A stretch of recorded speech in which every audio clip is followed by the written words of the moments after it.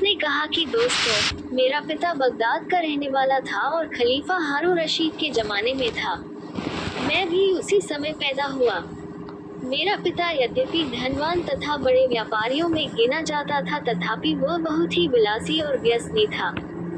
इसीलिए व्यापार की ठीक तरह देखभाल नहीं कर पाता था और उसमें काफी गड़बड़ होती थी। जब वह मरा तो मुझे मालूम हुआ कि न जाने कितने लोगों से उसने ऋण ले रखा था। मुझे कठिनाई तो बहुत हुई, किंतु मैंने परिश्रम से व्यापार बढ़ाया और धीरे धीरे सारे ऋणदाताओं का रुपया वापस कर दिया। अब मैं इत्मीनान से अपनी कपड़े की दुकान पर बैठकर व्यापार किया करता था। एक दिन मैं दुकान पर बैठा था कि एक सुंदरी, जो खच्चर पर सवार थी और जिसके आगे एक नौकर और पीछे 2 नौकरानियां चल रही थी, मेरी दुकान के पास आई। उसके नौकर ने उसे हाथ पकड़कर खच्चर से उतारा और कहा, मालकिन, आप बेकार ही इतने सवेरे बाजार में आ गई। अभी तो कोई दुकान ही नहीं खुली है, आप कहाँ तक प्रतीक्षा करेगी? उसने कहा, तुम ठीक कहते हो, केवल एक ही दुकान खुली है, चलो उसी में चलें। अतः वह मेरी दुकान पर आकर बैठ गई। उसने देखा कि मेरे और नौकर के अलावा कोई नहीं है तो साफ हवा लेने के लिए नकाब थोड़ा सा उठाया। मैंने ऐसा रूप कभी नहीं देखा था। मैं ठगा सा टकटकी लगाकर उसे बराबर देखता रहा। उसने मेरी उत्कंठा देखकर पूरा नकाब उलट दिया और मैं जी भरकर उसके सौंदर्य का रसास्वादन करने लगा। कुछ ही देर में अन्य व्यापारी और ग्राहक आ गए और बाजार में भीड़ बढ़ गई तो उसने नकाब फिर चेहरे पर डाल दिया। उसने मुझसे कहा, मैं जरी के कपड़े खरीदना चाहती हूँ, आपके पास ऐसे थान हो तो दिखाए। मैंने कहा, मैं तो सादा थान बेचता हूँ, लेकिन आप कहें तो अन्य दुकानदारों के यहाँ से खुद आपके लिए अच्छे अच्छे थान ला दूँ। इससे आपका दुकान जाकर कपड़े देखने और खरीदने का कष्ट बच जाएगा।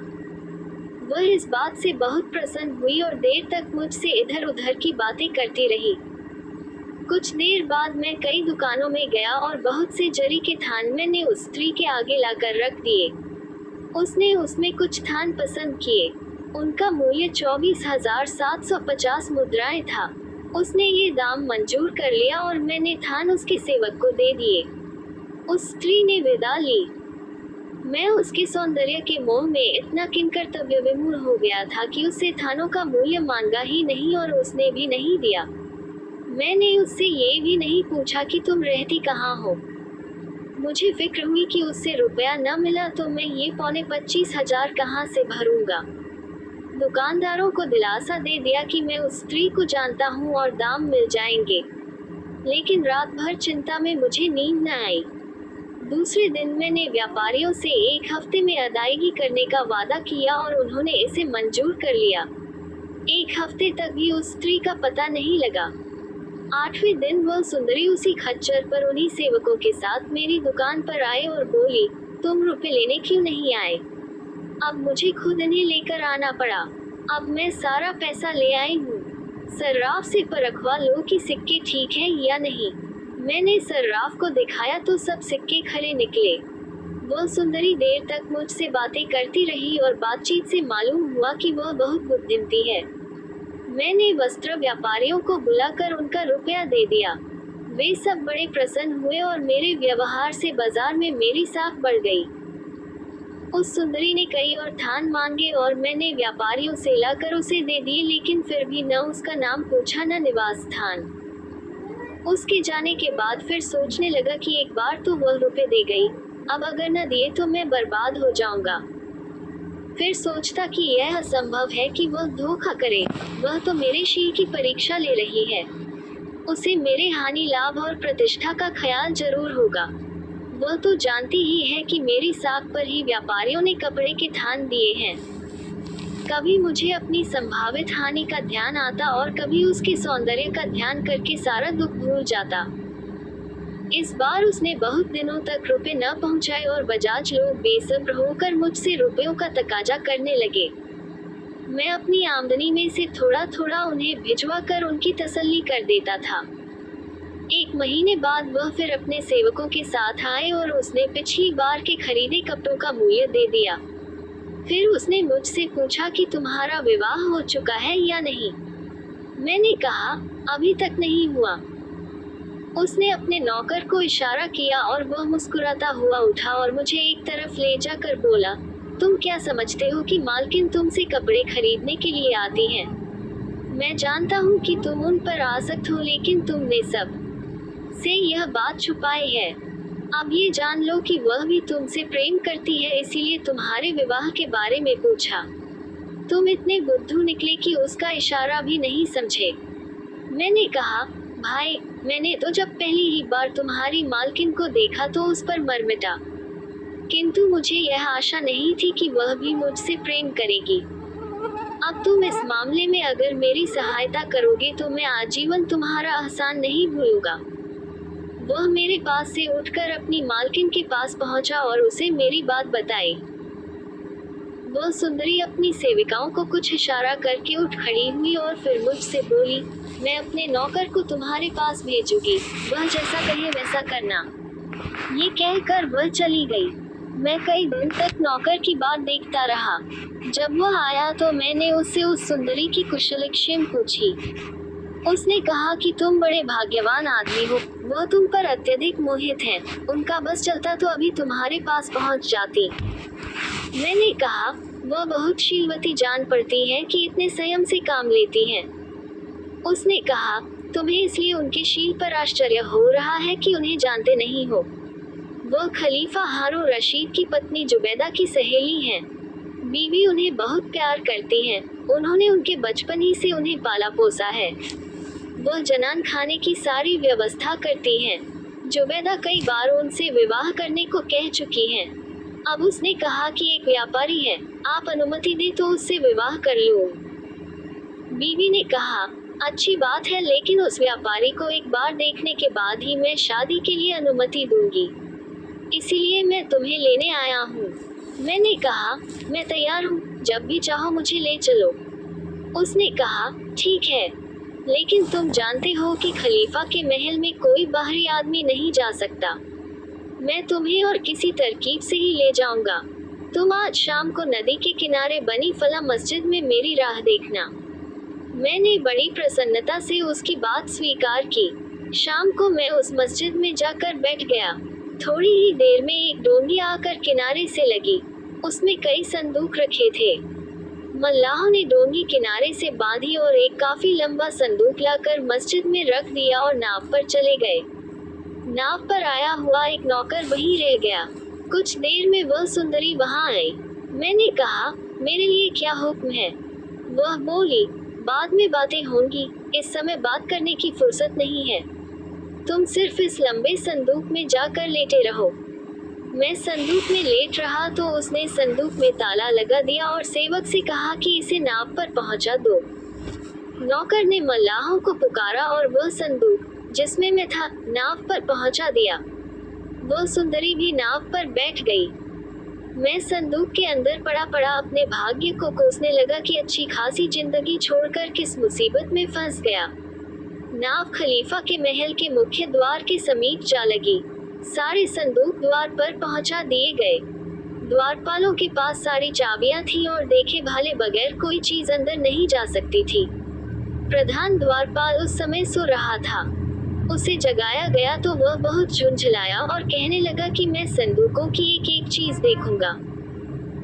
सुंदरी ने चुपचाप अपने नौकरों से कहा कि सारे संदूक द्वारपाल को दिखाए बगैर अंदर ले जाओ, ऐसा न हो कि वह संदूकों को खोलकर देखे और भेद खुल जाए।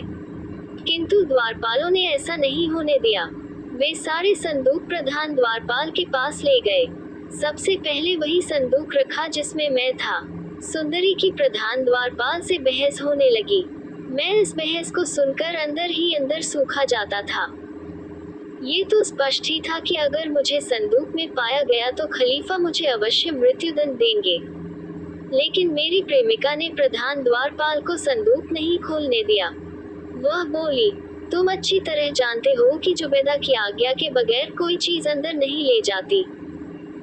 इस संदूक में बड़े व्यापारियों से खरीदा हुआ बहुत सा कीमती और नाजुक सामान रखा है। तुम उसे निकालोगे तो वे चीजें टूट फूट जाएंगी। इसके अतिरिक्त एक पतले कांच के घड़े में मक्के से लाया हुआ जमजम का पवित्र जल है। वह कांच का घड़ा अगर टूट गया या अन्य वस्तुएं नष्ट हो गई तो तुम्हें इसकी जवाबदेही करनी पड़ेगी और जुबैदा के हाथों तुम्हें कठोर दंड मिलेगा। प्रधान द्वारपाल इस बात से डर गया। वह चुप हो गया। सुंदरी ने गुलामों से सारे संदूक अंदर पहुंचाने के लिए कहा और उन्होंने ऐसा ही किया। किंतु अंदर जाकर भी मेरी मुसीबत खत्म नहीं हुई। संदूकों के खुलने के पहले ही अचानक वहां खलीफा आ गया। उसने बहुत से संदूक देखकर पूछा कि इनमें क्या है, और न जाने उसे क्या सूझी कि हुक्म दिया कि सारे संदूकों का सामान मुझे दिखाया जाए। सुन ने बड़े बहाने बनाए लेकिन खलीफा टस से मस न हुआ। विवशतः उसने एक एक संदूक खोलकर दिखाना शुरू किया। मेरा संदूक इस आशा में आखिर तक डटा रहा और उसने अंतिम संदूक, जिसमें मैं बंद था, खोलकर दिखाने का आदेश दिया। मित्रों, आप लोग सोच सकते हैं कि उस समय भय से मेरी क्या दशा हुई होगी। अगर कोई मुझे काटता तो बदन से खून न निकलता, किंतु उस सुंदरी ने बड़ी समझदारी से काम लिया। उसने हाथ जोड़कर कहा, सरकार, इस संदूक के खुलवाने का आग्रह न करें। इसमें जुबैदा के काम की खास चीजें हैं। जुबैदा की अनुमति के बगैर मैं इसे नहीं खोल सकती। खलीफा ने हंसकर कहा, अच्छा फिर न खोल इसे। और यह कहकर वह चला गया। मेरी जान में जान आई। सुंदरी ने सेवकों से सारे संदूक अपने निवास कक्ष में पहुंचवाए। जब सारे नौकर चले गए तो उसने मेरा संदूक खोला और मुझे एक जीना दिखाकर कहा कि ऊपर के कमरे में बैठो, मैं थोड़ी ही देर में आऊंगी। मैं ऊपर गया तो उसने जीने का ताला लगा दिया। ताला लगाए 2 क्षण भी नहीं हुए थे कि खलीफा फिर वहां आ गया और उसी संदूक पर बैठकर उस स्त्री से बहुत देर तक नगर के बारे में पूछताछ करने लगा। वह सुंदरी काफी देर तक खलीफा से वार्तालाप करती रही। जब खलीफा अपने शयन कक्ष में चला गया तो वह ऊपर आए और बोली, तुम पर मेरे कारण बड़े कष्ट पड़े, किंतु अब तुम आराम से रहो। सुबह तुम्हें जुबैदा के पास ले चलूंगी। फिर हम दोनों ने भोजन किया और वह चली गई। मैं बड़े आनंद से उस भव्य प्रासाद में सोया। मुझे बड़ी प्रसन्नता थी कि यद्यपि यहाँ तक पहुँचने में बड़ी कठिनाइयाँ और खतरे उठाए, किंतु अब तो किसी बात का खटका ही नहीं है। मुझे ये भी खुशी थी कि इतनी सुंदर और बुद्धिमती स्त्री स्वयं मेरे प्रेम में ग्रस्त है। सुबह वह मेरे पास आए और मुझसे बोली कि चलो मैं तुम्हें जुबैदा के पास ले चलती हूँ। इसके साथ उसने मुझे खलीफा की पत्नी से बातचीत और व्यवहार करने के तौर तरीके भी बताए। उसने वे सभी संभव प्रश्न जो जुबैदा मुझसे पूछ सकती थी बताए और यह भी बताया कि उनका क्या उत्तर दूं। उसने मुझे एक स्थान पर ले जाकर खड़ा कर दिया और कहा कि जुबैदा अपने शयनागार से निकलकर यहीं बैठती है। ये कहकर वह चली गई। वह कमरा इतना शानदार था कि मैं चकराया सा खड़ा रह गया और आंखें फाड़ फाड़ कर चारों ओर देखने लगा। सबसे पहले 20 दासियां आईं। वे उस तख्त के सामने जो जुबैदा के बैठने के लिए बिछा था 2 पंक्तियों में खड़ी हो गईं। फिर 20 अन्य दासियों के मध्य हंस जैसी चाल से चलती हुई जुबैदा आए और तख्त पर बैठ गई। वह गहने और भारी पोशाक से इतनी लदी हुई थी कि मंद गति ही से चल सकती थी। वह उसी रत्नजटित सिंहासन पर बैठ गई। सब दासियां अपने अपने उचित स्थान पर खड़ी हो गईं और मेरी प्रेमिका, जो जुबैदा की खास मुसाहिब थी, बलियान बान से जुबैदा के दाहिने ओर खड़ी हो गई। अब एक दासी ने मुझे इशारा किया कि झुककर सलाम करो। मैंने तख्त के आगे जाकर अपने सिर को इतना झुकाया कि वह जुबैदा के पांव से लग गया। मैं बराबर इसी दशा में रहा और सिर तभी उठाया जब जुबैदा ने मुझसे उठाने के लिए कहा। उसने मेरा नाम, पेशा, कुटुंब आदि आदि के बारे में प्रश्न किए जिनका मैंने यथोचित उत्तर दिया। जुबैदा मेरी शक्ल सूरत देखकर और मेरी बातें सुनकर प्रसन्न हुई। उसने कहा, मैं चाहती हूँ कि तुम्हारा विवाह अपनी मामूली बेटी से करो। मैं विवाह की तैयारियों के लिए आदेश देती हूँ। 10 दिन बाद तुम्हारा विवाह हो जाएगा। 10 दिन तक तुम इसी तरह होशियारी से रहो। इसी अवधि में मैं खलीफा से तुम्हारे विवाह के लिए अनुमति भी ले लूंगी। मैं जुबैदा से विदा लेकर अपने कमरे में चला गया। मेरी प्रेमिका कई बार मौका निकाल कर मेरे पास आती और बातचीत करके चली जाती। मैं बड़ी सुख सुविधा से वहां रहने लगा। जुबैदा ने इस अवधि में खलीफा से विवाह की अनुमति भी ले ली और शादी के समारोह के लिए बहुत सा धन दिया। रोज ही वहाँ गाना बजाना और तरह तरह के खेल तमाशे होने लगे। 10वें दिन हम दूल्हा दुल्हन ने नहा धोकर मूल्यवान वस्त्र पहने। शाम को दासियों ने हम लोगों के सामने नाना प्रकार के व्यंजन खाने के लिए परोसे। एक रकाबी में वही लहसुन का व्यंजन था जो आप लोगों ने मुझे खिलाया है। मुझे वह बहुत अच्छा लगा और मैंने अन्य चीजों के बजाय उसे अधिक खाया। दुर्भाग्य से खाने के बाद मैंने अच्छी तरह से हाथ नहीं धोए, यूं ही रुमाल से हाथ पोंछ लिए।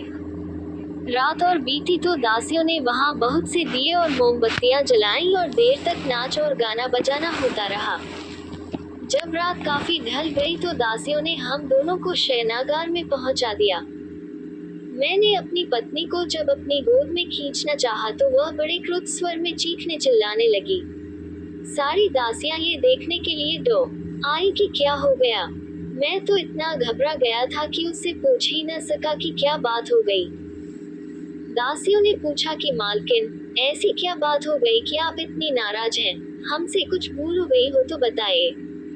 मेरी पत्नी चीख कर बोली, इस अभागी को मेरे पास से तुरंत हटाओ। मैंने डरते डरते पूछा, सुंदरी, ऐसा क्या अपराध मुझसे हुआ कि आप मुझे अपने पास ही से हटा रही हैं? उसने कहा, तुम दुष्ट भी हो और असभ्य भी।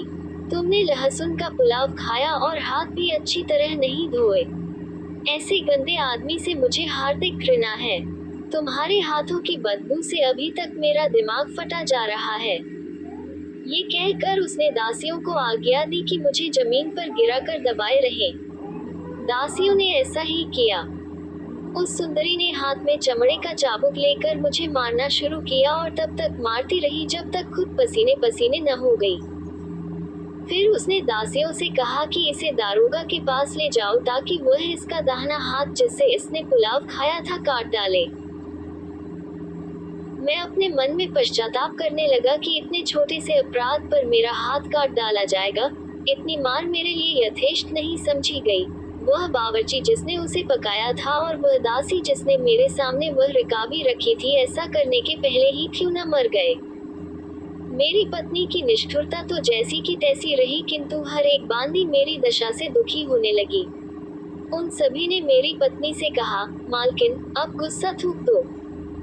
इसके अपराध और मूर्खता में संदेह नहीं, किंतु ये बेचारा तुम्हारी प्रतिष्ठा और तुम्हारी सुरुचि को क्या जाने। इसे काफी सजा मिल चुकी है, अब इसके अपराध क्षमा हो। वह बोली, हरगिज नहीं। इसे ऐसी सजा मिलनी चाहिए कि यह हमेशा याद रखे कि लहसुन खाने के बाद हाथ धोना जरूरी होता है। इसके पास कुछ ऐसी निशानी होनी चाहिए जिससे यह अपने अपराध को हमेशा याद रखे और फिर यह अपराध न करे। दासियों ने फिर एक स्वर से अनुनय की विनय की तो वह चुप हो रही और उस कमरे से उठकर चली गई। सारी दासियां भी उसके पीछे चली गईं। मुझे उसी कमरे में बंद कर दिया। 10 दिन तक मैं वही बंद रहा। कोई दासी या नौकर चाकर मेरी पत्नी के क्रोध से डर से मेरे पास फटकता भी नहीं था।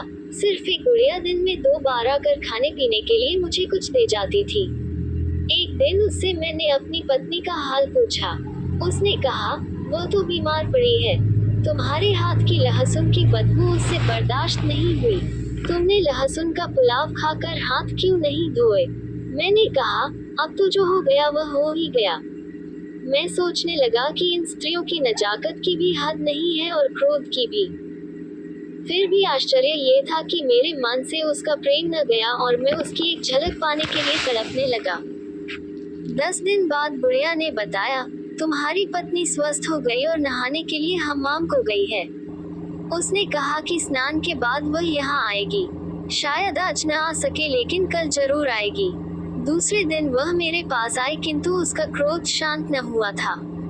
वह बोली कि मैं तुझे प्यार करने को नहीं, दंड देने को आई हूँ। ये कहकर उसने फिर दासियों को आज्ञा दी कि मुझे जमीन पर गिरा दें। उन्होंने मुझे जमीन पर गिराकर मुझे अच्छी तरह दबा रखा और मेरी निर्दयी पत्नी ने छुरी लेकर मेरे दोनों हाथों और दोनों पांवों के अंगूठे काट डाले। एक दासी ने तुरंत ही किसी विशेष वृक्ष की पिसी हुई जड़ मेरे घावों पर लगा दी, जिससे खून बहना बंद होगा, किंतु पीड़ा के कारण मैं अचेत हो गया। जब मुझे होश आया तो उन्होंने मुझे थोड़ी मदिरा पिलाई, जिससे मेरे शरीर में शक्ति आ गई।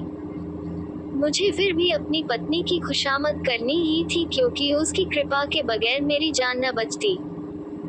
मैंने उससे कहा कि अब मैं कभी ऐसा दुर्गंधयुक्त भोजन नहीं करूंगा, और करूंगा भी तो 140 बार हाथ धोऊंगा।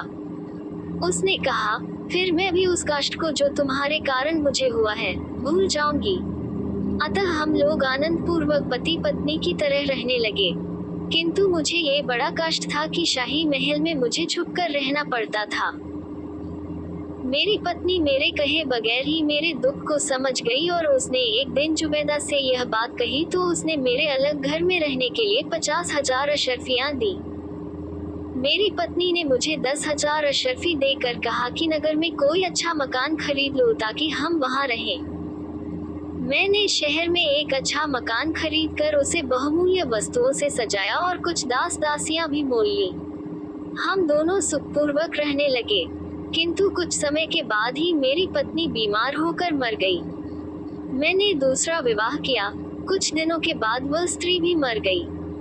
फिर मैंने तीसरा विवाह किया, किंतु मेरी तीसरी पत्नी भी काल कवलित हो गई। मैंने विचार किया कि यह घर ही मनहूस है, इसमें रहना नहीं चाहिए। इसके अलावा लगातार 3 पत्नियों की मृत्यु से मैं खिन्न भी था। इसलिए मैं मकान को बेच बाच कर देश विदेश के व्यापार को निकला। पहले फारस गया, वहां से समरकंद पहुंचा और वहां से यहाँ आया हूँ। अनाज के व्यापारी ने ये कहकर बादशाह से पूछा कि कहानी कैसी है। उसने कहा, ईसाई की कहानी से तो अच्छी है, किंतु कुबरे की कहानी को नहीं पहुंचती। अब यहूदी हकीम ने कहानी शुरू की।